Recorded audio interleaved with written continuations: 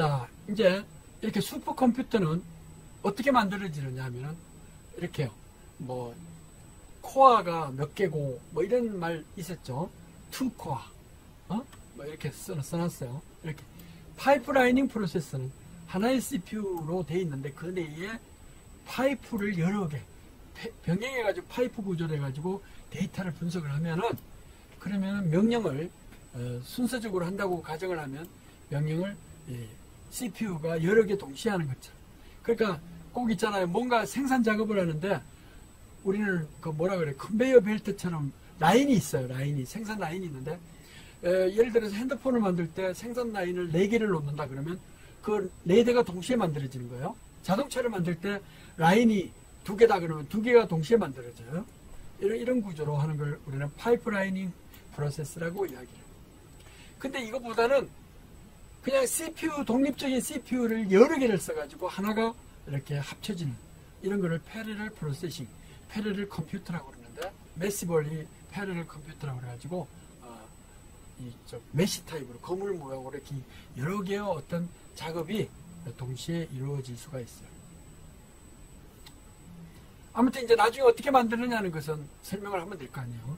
그러나 앞에서도 이야기했듯이 우리가 용어를 익숙해야 돼요. 컴퓨터 구조에서 파이프라이닝 프로세스가 뭐냐? 이거는 생산을 할 때 우리 자동차라든가 할 때 컨베이어 벨트처럼 라인을 동시에 4개, 6개 이렇게 하면 한꺼번에 패러렐로 이렇게 쭉 해가지고 6개가 동시에 나와요. 근데 그 작업을 총괄하는 건 누구예요? 그 회사잖아요. 하나가 알아서 하는 거예요. 근데 이 패러렐 컴퓨터는 슈퍼컴퓨터처럼 이렇게 CPU가 독립적인 CPU를 주고 업무를 분담을 해요. 자, 너는 달리기 하고, 너는 띵뛰기 하고, 너는 앉아 굴러 하고, 뭐 이렇게 여러 가지 나눠가지고 해가지고 이렇게 옳은 데이터를 집계를 잡아가지고 달리기 한 건 몇 초가 걸렸고, 띵뛰기 한 건 몇 초가 걸렸고, 뭐 이런 것들을 이렇게 수집할 수가 있잖아요. 총괄하는 건 하나지만 전반적으로 일을 시키는 건 분리해가지고 해야 되기 때문에 그러한 것을 패러럴 컴퓨터라고 이야기를 합니다. 근데 사실은 이런 패러럴 컴퓨터 방식이 우리 MS 윈도우즈 있잖아요. MS 윈도우즈에서도 돼요. 왜냐면 내가 파워포인트를 하면서 영상으로도 이렇게 보여주고 있잖아요. 지금 영상으로도 이렇게 보여주고 있죠. 그러니까 프로세스가 지금 2개예요. 이렇게 하나는 파워포인트를 보여주고 하나는 동영상으로 보여주고 있죠. 얼굴을 보여주고 있잖아요. 이렇게 2개의 작업을 이렇게 쓰는 작업을 우리는 서로 독립적인 작업을 한다. 그러면 이게 결국은 2개가 서로 독립적인 작업이 일어난다고 이야기를 해요. 이럴 때 우리는 2개의 작업이니까 서로 독립적인 2개의 작업이잖아요. 이럴 때 2개가 패러럴 컴퓨터로 돌아간다. 이게 여러분들이 쓰는 데스크톱에서 이미 4개, 8개가 동시에 패러럴 컴퓨터의 아키텍처를 갖고 있어요. 그리고 왜 이삿짐 나를 때 다루고 해가지고 기본적으로 스마트폰이 20개 이상의 CPU가 돌아간다 그랬잖아요. 보통 25개 이상인데 아무튼 20개 이상이 돌아간다 그러면 20개는 뭐예요? 패러럴 컴퓨터라고 할 수 있잖아요. 그래가지고 동영상도 돌리고 또 마이크 녹음도 하고 또 파워포인트로 디스플레이도 보고 그래픽도 처리하고 이런 하나하나 작업들이 전부 다 어떻게 돼요? 그냥 독립적인 작업이 되는 거잖아요. 프로세싱이 되잖아요.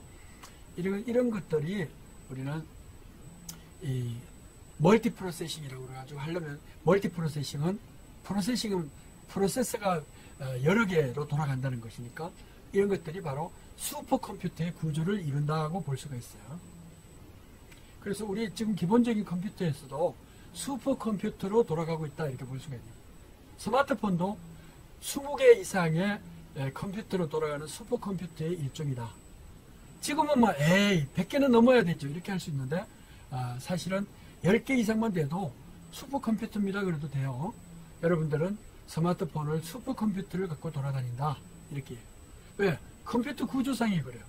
근데 이제 컴퓨터 구조를 이야기하는데 스마트폰의 원리를 가지고 스마트폰에서 들어가는 슈퍼컴퓨터의 구조를 가지고 설명하면 여러분들 아마 잘 이해를 못할 거예요. 그러니까 어떻게 돼요? 우리는 싱글 CPU를 갖는 컴퓨터 구조를 설명을 해가지고 설계를 먼저 하고 이런 거를 이제 파이프라인 구조나 아니면은 패러럴 CPU, 패러럴 컴퓨터를 가지고 하면 된다 하는 설명을 나중에 해주면 되겠죠. 그런 방법으로 이제 설명을 하려고 그래요. 자, 이제 정보를 한번 나타낸다고 그랬어요. 컴퓨터는 손가락이 두 개라 그랬지, 두 개. 그러니까 있느냐 1, 0, 1 뭐 이렇게 해가지고 두 가지를 나타내. 그래가지고 이제 나타내다 보니까 바이너리 디지트, 이진법을 써요. 디지트, 자리라는 거예요. 두 자리 진법을 쓴다는 거예요. 한 자리에는 0과 1이라는 두 개가 있어요. 그래서 이게 만약에 5자리다 그러면 이걸 2의 5승이다 그래가지고 이렇게 나타내요. 만약에 내가 126이다 그러면 이거는 한 자리가 10진수법이죠. 그럼 126은 데시말 디지트, 3 데시말 디지트라고 할 수 있잖아요. 3 자리. 근데 이진수로는 0과 1이 한 자리니까 0, 1, 1, 0, 1 뭐 그러면 0, 1, 1, 0, 1 그러면 5진법이 되죠. 5비트가 되죠. 바이너리 디지트. 이진 자리수를 비트라 그래요. 자, 이렇게 할 수가 있어요.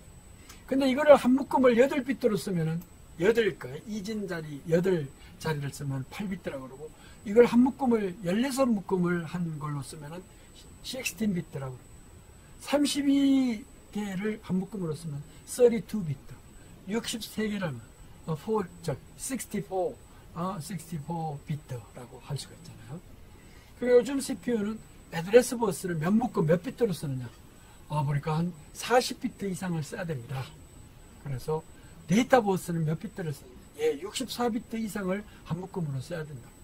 그리고 64비트 데이터 버스 폭을 가지고 64비트 CPU, 32비트 CPU. 이게 이제 미니 컴퓨터 수준이 16비트, 32비트였어요. 그 다음에 8비트, 스몰 스케일 컴퓨터, CPU. 그래서 초기에는 8비트 CPU, 이런 것이 10년 이상 사용되고 있었어요. 그래서 그러다 보니까 한 메모리 번지는 8비트, 8비트를 많이 써요. 왜냐하면 데이터 버스가 8비트 CPU가 오랫동안 사용했기 때문에. 자, 일반적으로 이제 이렇게 워드는 뭐예요?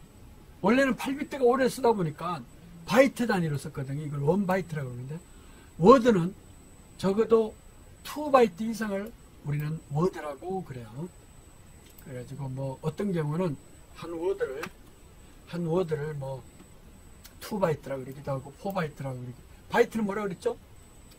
이게 8비트를 1바이트라고 그러고, 2바이트, 즉 16비트를 하나의 그 워드라고 그러기도 하고, 32비트다 그러면 4바이트를 한 워드라고 그러죠. 한 번에 실행할 수 있는 단위니까. 64비트다 그러면 8바이트가 되죠. 88이 64니까 8바이트를 이걸 원워드라고 그래요. 그러니까 여기서 32비트다 그러면 아마 이 책을 만들 때 32비트가 가장 많이 쓴다고 그러는데, 요즘은 64비트를 가장 많이 써요. 64비트를 한 워드로 쓰게 돼요.